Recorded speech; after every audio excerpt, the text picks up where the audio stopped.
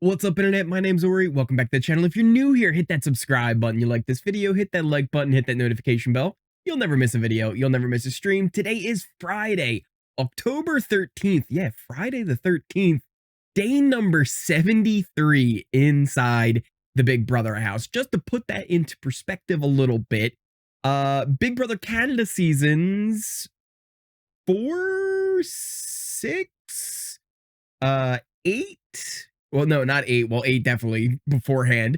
But there was at least 4 or 5 Big Brother Canada seasons that all ended before this. Same thing with BB10, BB13, 14. There was a bunch of BB seasons that all would have finished by this time or be finishing within a day or two. Yet we just had our first jury member head into the jury house. So it's been a long season. We still got more to go. I do want to say, you all look exquisite.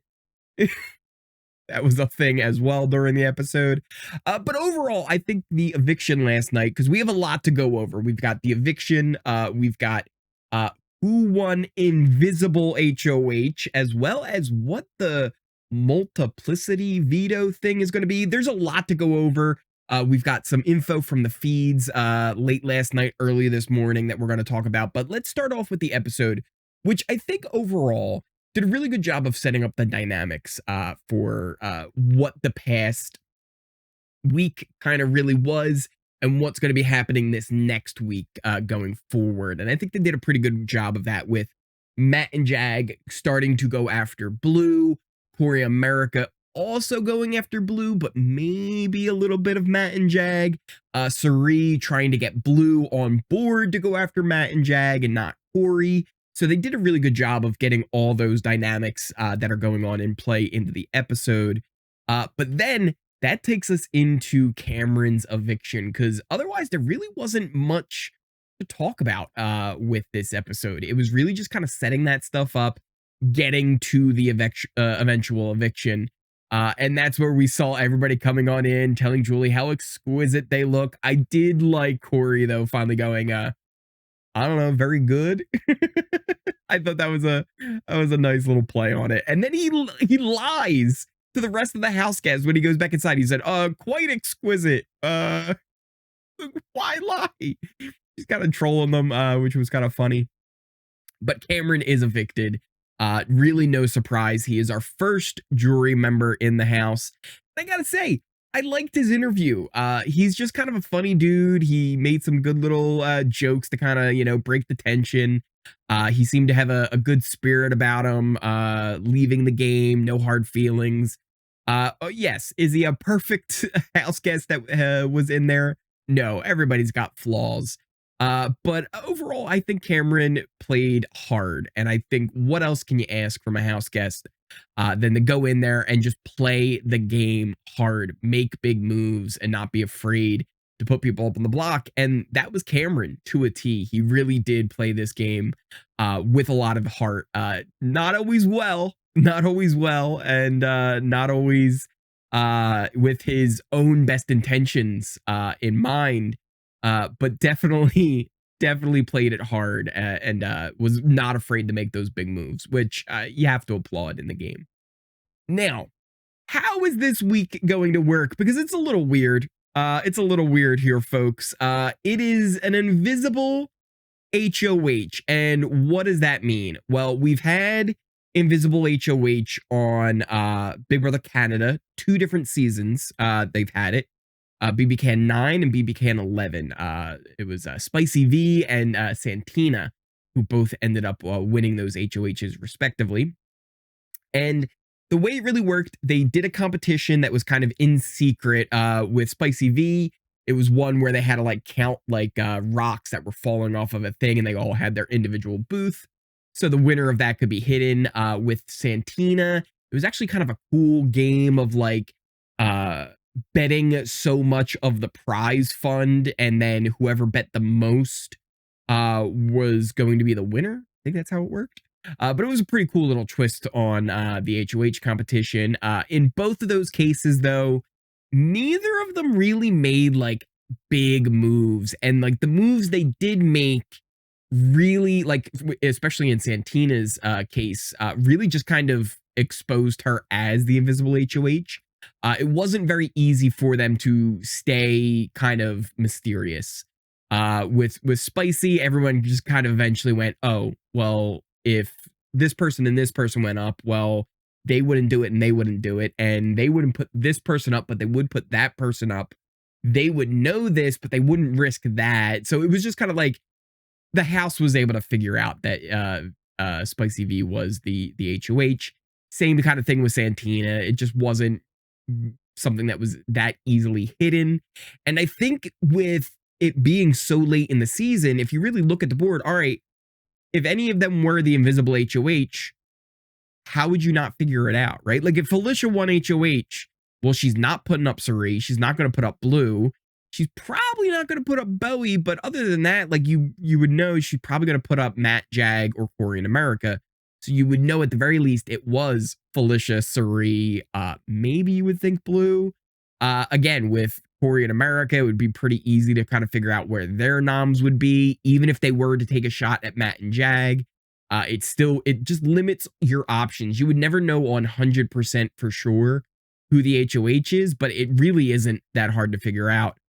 Plus, with some stuff we got from the feeds, it really isn't going to be that hard to figure out for these house guests. And then there was one time in Big Brother US that we've done something similar to this back in BB23. If you guys remember that Queen of Destiny thing, it was like when they had like the power bucks or whatever, and they could like buy stuff. And then Claire ended up winning this power where she could overthrow Tiffany's nominations, even though Tiffany was the HOH, and it would be like invisible, like nobody would know.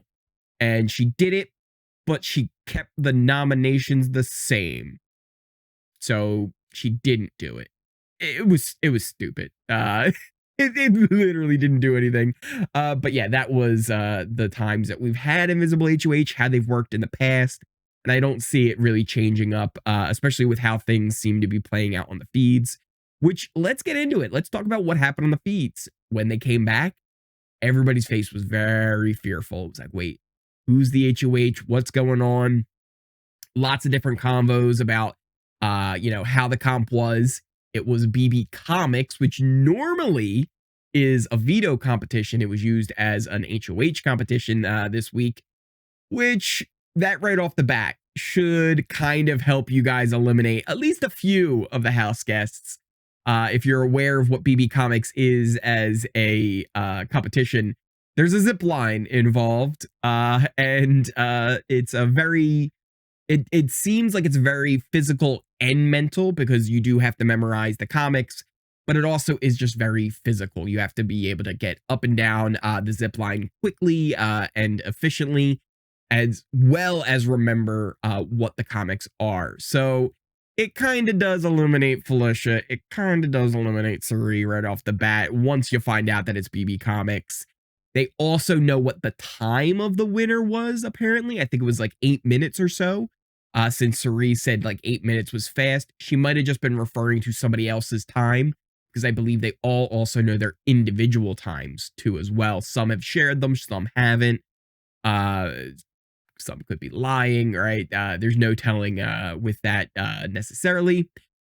But we were able to figure out who the HOH was because just like with the other seasons, hey, look at that. We got a brand new subscriber coming on in. Thank you for the sub. I appreciate it. We have a secret alliance now. Don't tell anybody. But what we have with the house, and especially just with the other times they've done a visible HOH, you're usually able to figure it out by who they end up trusting. And there's pretty much all pairs in this house. Somebody trusts somebody and will tell somebody who the HOH is. And eventually, Jag told Matt. They kind of, shook hands. They looked at their watches, did the whole Minutemen thing. And then he said, who should I put up? I want Blue out. So that is where we're at right now, is Jag is your invisible HOH. No one knows that Jag is the HOH. And his plan right now is that he wants to target Blue. How does he get there? He's not 100% sure what he should do. Should he nominate Felicia and Blue? Or should he nominate Felicia and Cirie, trying to backdoor Blue?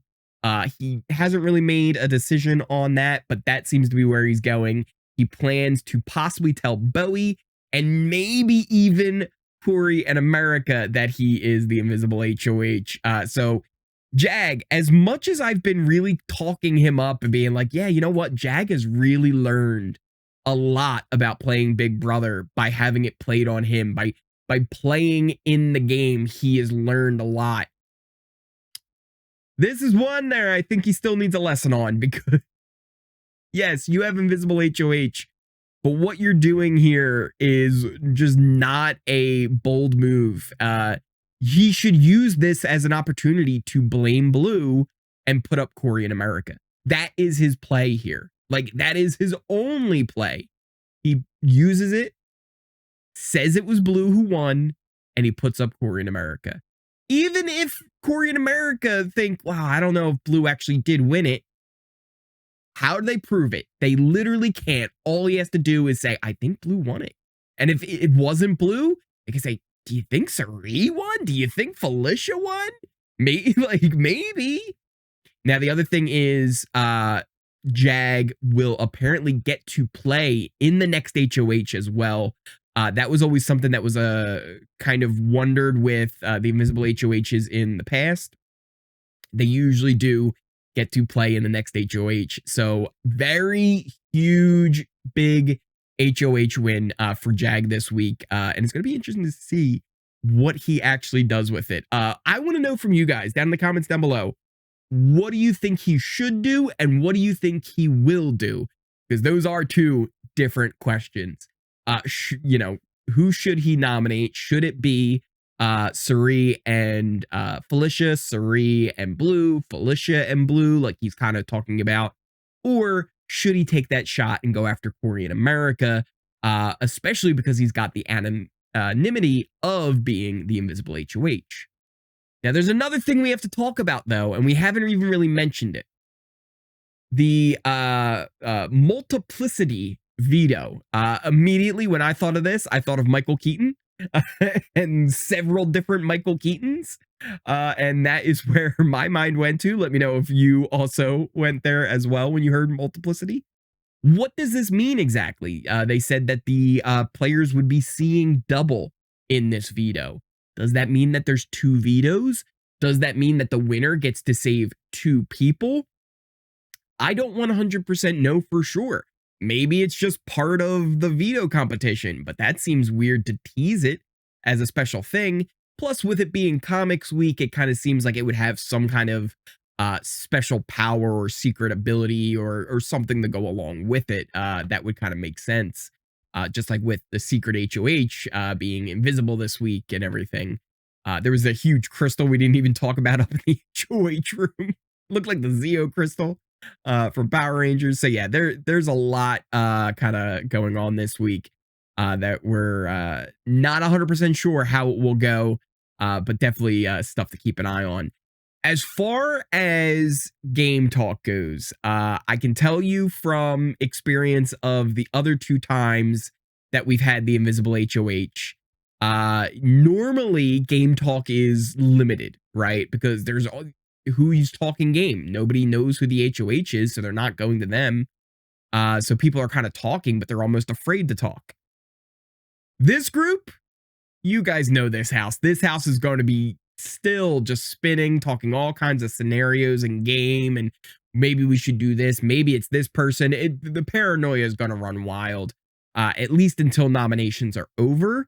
And then even once nominations are over, there's going to be more paranoia and speculation on who the HoH is and who really made these nominations. And once veto happens, there's going to be it's going to be a wild week. Let me tell you that. When I heard invisible HoH, I went, oh no. And then I was like, well, this group can make it fun. And then Jag won it. It was like, oh no, that's probably like the listen, I don't mind Jag, but as far as like for our entertainment value, I don't think Jag winning the HoH was the most entertaining option that we had. to look forward to this week. And I wish they would have done a competition like this that was more of a crapshoot, that was more of a fair game, that had way more chances for everybody to kind of have a fair shot at this. It seems like this one was really, really handed to Jag and Matt kind of on a silver platter. Cory and America, I'm sure, did, well enough. I'm sure Bowie didn't get to play. Blue, I'm sure she did well, but if you can honestly say that you think that Felicia and Cirie had a fair shot at this HoH compared to Matt, Jag, Cory, America, and Blue, I don't know what to tell you. I'm sorry. They just did not. They did not have the same chance of winning this HoH as everybody else. So I wish it was more something that was a little bit more fair game for everybody to win. But yeah, let me know what you guys are thinking down in the comments down below. What did you think of the episode? What do you think of the invisible HoH? What do you think of this multiplicity veto? Who do you think will be the ones? Like, how do you think it will work? Will there be 2 vetoes? Will it be one person who gets to take 2 people off the block? I want to know everything, what you guys are thinking in those comments down below. Also, if you are new here, hit that subscribe button. You like this video, hit that like button, hit that notification bell. You'll never miss a video. You'll never miss a stream. Thank you guys all so much for the support you show me here on this channel each and every day. I really cannot thank you guys enough for all you do. Check out the links to all my socials in the description down below, pinned comment, things like the Discord, Twitch, Twitter, Kick. I know I haven't been on Kick and Twitch that much recently.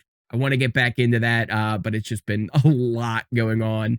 And also with the live streams that we've been doing every Thursday. They've been a lot of fun. We had a great time on yesterday's live stream every Thursday morning. We're doing these updates, but also having kind of a chat afterwards, and it ends up being a really good time. So if you can come on out for that, definitely try and make it out. But if you can't, the videos will always be up. We'll have chapters put up as well, so you can kind of watch it at your own pace, skip around and see what you want to watch during that stream. So yeah, that's always been a fun time. So I hope you guys have been enjoying that as well. Once again, thank you guys for watching, and I will see you next time.